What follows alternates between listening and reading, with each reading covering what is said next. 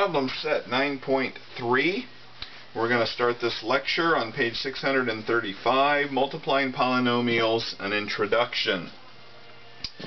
What we're going to do here is we're going to continue with the multiplying of variables with exponents.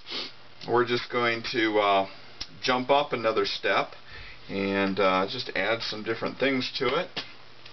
Run into some situations later where you'll need this stuff, so we'll cover it right now. Okay, so if you remember in our last lesson, when we had numbers like this, or variables like this, notice our 2 and our 3 were on different levels. The 3 was a step up. That meant that we were going to multiply these two together. There was no sign telling you anything. There was nothing in between it. It was just a 2 and a 3 with this parenthesis line there. Notice there's a little bit of a difference here in this top one with the x squared and the x cubed. One thing that's common is it has a parenthesis line here. But the thing that's not common is the 2 and the 3 are on different levels here. And the 2 and the 3 are on the same level here.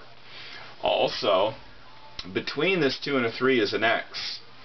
Alright, so the key thing to remember is the 2 and the 3 are on the same level, whereas here we've got kind of an angle here. The 3 is higher than the 2. This means multiply. When they're on the same level like this, that means add. Add the exponents. So, what we're going to do is remember way back. Let me get rid of this line here so it isn't confusing. When we had a number on the outside of a parenthesis, we used the distributive property. Since there was nothing you could do inside the parenthesis, we went outside the parenthesis. Same thing is true when you have a bunch of variables. We're going to take this and multiply it times the first term, and this and multiply it times the second term using the distributive property. That being the case, we're going to get x to the 2 plus 3, x squared times x cubed, plus x to the 2 plus 4. So that gives us as an answer x to the 5th plus x to the 6th. We distributed it. So you can look at this and do it pretty much in your head. 2 plus 3, x to the 5th. 2 plus 4, x to the 6th. And this sign will always follow along with you. Let's look at example 2. Now let's skip that one. Let's go to example 3.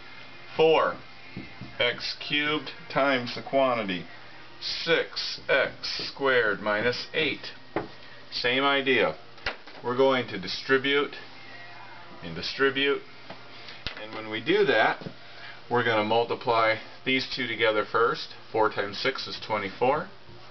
X cubed times x squared is x to the 5th. They're on the same level there, so we're adding. Now we're going to take the 4x cubed times our 8. Put the minus sign there from right here. So all we can do is the 4 and the 8. There's not an x over here, so we're not combining those. So we're going to do 32, and we're just going to drag along the x cubed since there's nothing to do with it. It doesn't just disappear.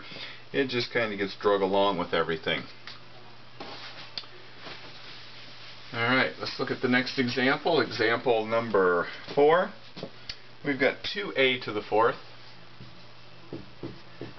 b squared. Boy, these letters are getting awful small, or I'm getting awful old. 3a cubed plus 4b to the 5th power. Alright, well, let's multiply this through. We're going to use the distributive. We're going to multiply this whole thing times this, and the whole thing times this. And when we do that, we get 6 for 2 times 3. Our a to the 4th and a cubed, we're going to add those together. 7. 4 plus 3 is 7. b, there's nothing over here to multiply it, so we just leave it alone. Plus sign. And we're going to use this one and multiply it by this. 2 times 4 is 8.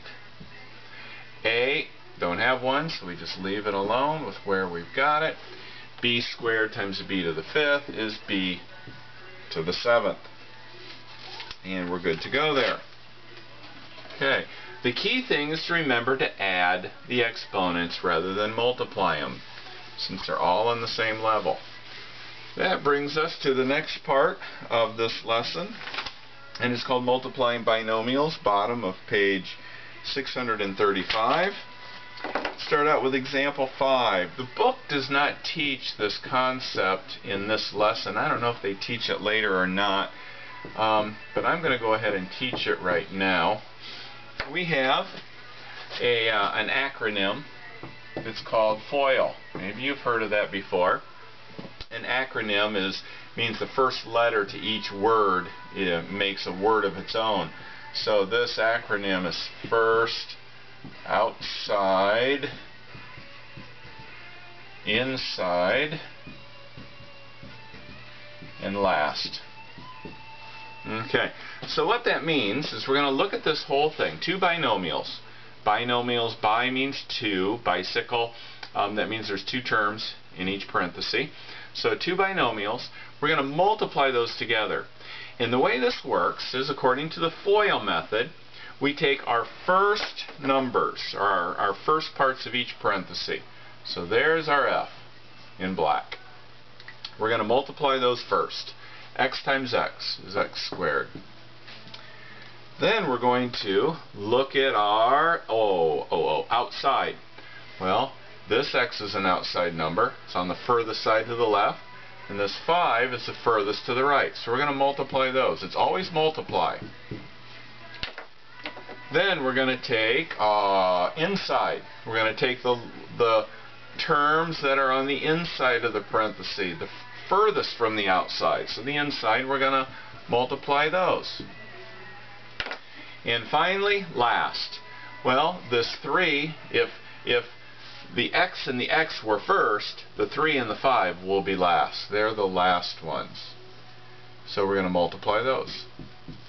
You will always get 4 terms because you did 4 multiplications.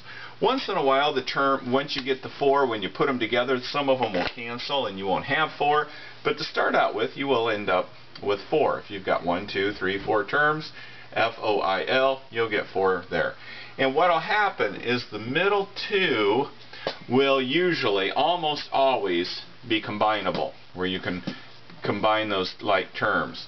And the outside will stay the same, won't be able to combine.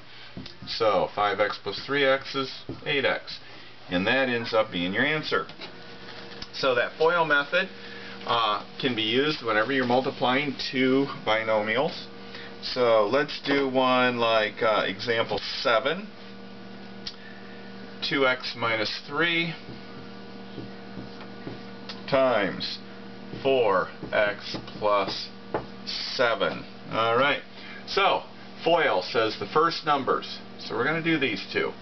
8x squared. Okay, these actually have an exponent of 1, so you have to add those two 1s there. Okay, that's the F.